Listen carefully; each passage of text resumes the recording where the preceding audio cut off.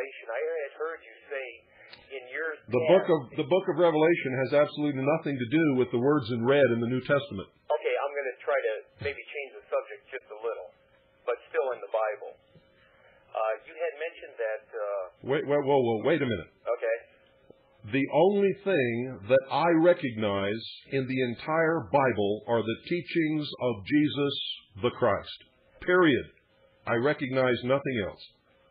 Okay, this is going to lead to my next question, I guess. In the book of Revelation, I had heard you say in years past that you believed John, when he was exiled on the island of Patmos, that he was initiated into the mysteries. No, I said that he was an initiate of the mysteries, and that when he was exiled to the Isle of Patmos, not Patmos, but Patmos, he wrote the book of Revelations as a parallel or metaphor of the initiate of the illumined ones in the mystery schools as an initiation for the entire human race. Okay. And if you've ever studied the initiation of the individual into the mysteries, you can see that the book of Revelation parallels the initiation of an initiate into such organizations as the Rites of Mithras or the Eleusinian Mysteries, and even some of the higher orders of Freemasonry.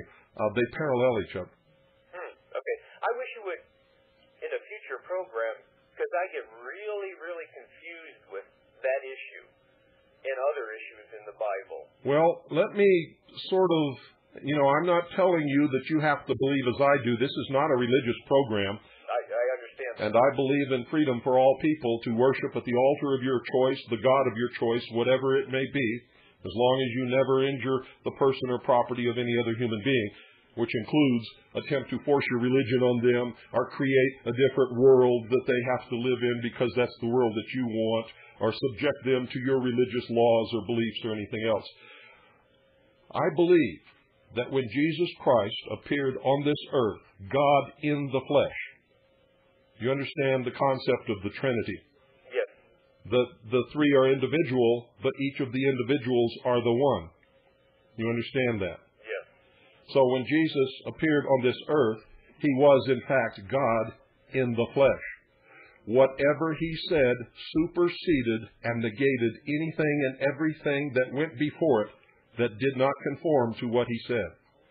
Therefore, the only relevant scripture for any true Christian follower of the man, the God known as Jesus the Christ, is the words of read in the Bible and no other. And if you study the history of the Bible and how it was put together and how the books were picked and chosen and formed as the Bible, that'll make you sit back and scratch your head. Yes, and it is. So I'm not telling you what to believe or that you have to believe as I believe. I'm just telling you what I believe, and maybe if you sit down and think about that, it might help you with what you believe. What I'm doing is I'm listening to your Mystery Babylon series over again. Mm-hmm. And I'm really scratching my head, yes. Yeah, that'll wake you up. It'll make you scratch your heads, and it will give you a new outlook on everything that's happening in the world. It sure will. That's about it, but I wish you would maybe further go into that subject. Maybe on a... If you're talking about the subject of Christianity, my personal beliefs? Yes. No, I can't do that without turning this into a religious program with me preaching religion, and I will never do that. That is anathematic to the concept of liberty and freedom under the Constitution, which I believe must be followed. Okay, or the parallelism between the mysteries and Christianity. Well, I've done a lot on that in subsequent tapes. Yes. That's about it. Okay. All right, thank you. You're welcome. Bye now. The original church was a formation based upon the fact that if Rome did not do something about it, Rome might fall because of the heretical teachings, or what was believed to be the heretical teachings at that time, of a sect of people who followed this person who had been crucified called Jesus. And so Rome did not fall as the history books would have you believe. Rome changed from a paganistic empire to the Christian church and lives on today as the Vatican, as the Catholic Church. It is the Roman Empire. And to be able to survive, it could not just throw away all of the beliefs of the people whom it ruled. It had to incorporate many of those pagan holidays and beliefs into what they called Christianity.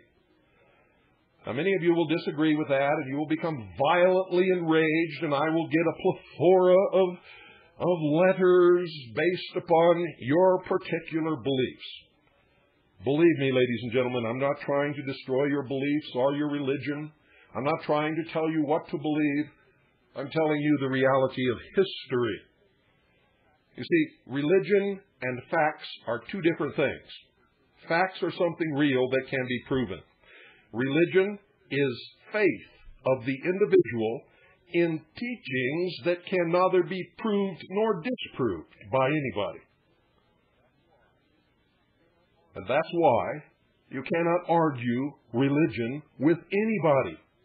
It cannot be done, because you are arguing faith against faith, and there is no argument there. And by argue, I don't mean come up against each other. I mean discourse, exchanging opposing viewpoints and ideas, and be able to do it in a decent, rational, and considerate manner. I've often said, and I will continue to say, my religion is nobody's business, and your religion is none of my business, until your religion sets out to force your ideas, or your dogmas, or your rules, or your theocracy upon me. Then it becomes my business, and it becomes my business to oppose it, simply because you're trying to shove something down my throat that I don't want to have. You're impinging upon my freedom. You see, my freedom ends where yours begins, and yours ends where mine begins. Don't forget that. 520-333-4578 is the number. I believe in freedom. I believe in liberty for all peoples on the face of